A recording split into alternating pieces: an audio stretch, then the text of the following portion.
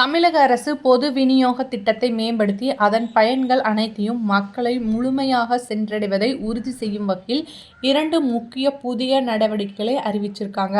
இதன்படி ரேஷன் பொருட்களின் தரத்தை விநியோகிப்பதற்கு முன்பே உறுதி செய்வதும், தகுதியுள்ளவர்களுக்கு பொருட்களை அவர்களின் இல்லத்திற்கே சென்று வழங்குவதும் இந்த நடவடிக்கைகளின் முக்கிய நோக்கங்களாகும். தமிழகத்தில் உள்ள முதியவர்கள் மற்றும் மாற்றுத்திறனாளிகள் ரேஷன் கடைகளுக்கு நேரில் சென்று பொருட்களை வாங்குவதில் உள்ள சிரமங்களை நீக்கும் வகையில் வீட்டு வாசலில் ரேஷன் பொருட்கள் வழங்கும் திட்டம் விரைவில் தொடங்கப்பட உள்ளது. முதற்கட்டமாக 70 வயதுக்கு மேற்பட்ட மூத்த குடிமக்கள் மற்றும் மாற்றுத்திறனாளிகள் என 16 லட்சம் ரேஷன் அட்டைதாரர்கள் இந்த திட்டத்தின் கீழ் பயனடைவார்கள். சென்னை, திருநெல்வேலி, சிவகங்கை, திண்டுக்கல் உள்ளிட்ட 10 மாவட்டங்களில் ஜூலை மாதம் 1ஆம் தேதி முதல் 5ஆம் தேதி வரை இந்த திட்டம் சோதனை முறையில் வெற்றிகரமாக செயல்படுத்தப்பட்டது.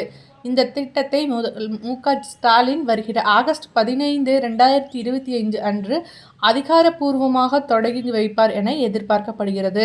இந்த திட்டத்தின் மூலம் நியாய விலைக்கடை ஊழியர்களை நேரடியாக பயனாளிகளின் வீட்டுக்கு சென்று அரிசி, பருப்பு, சர்க்கரை உள்ளிட்ட அனைத்து ரேஷன் பொருட்களையும் வழங்குவார்கள். இது வயது மற்றும் உடல்நலக் குறைவால் சிரமப்படும் லட்சக்கணக்கான மக்களுக்கு பேருதவியாக அமையும்.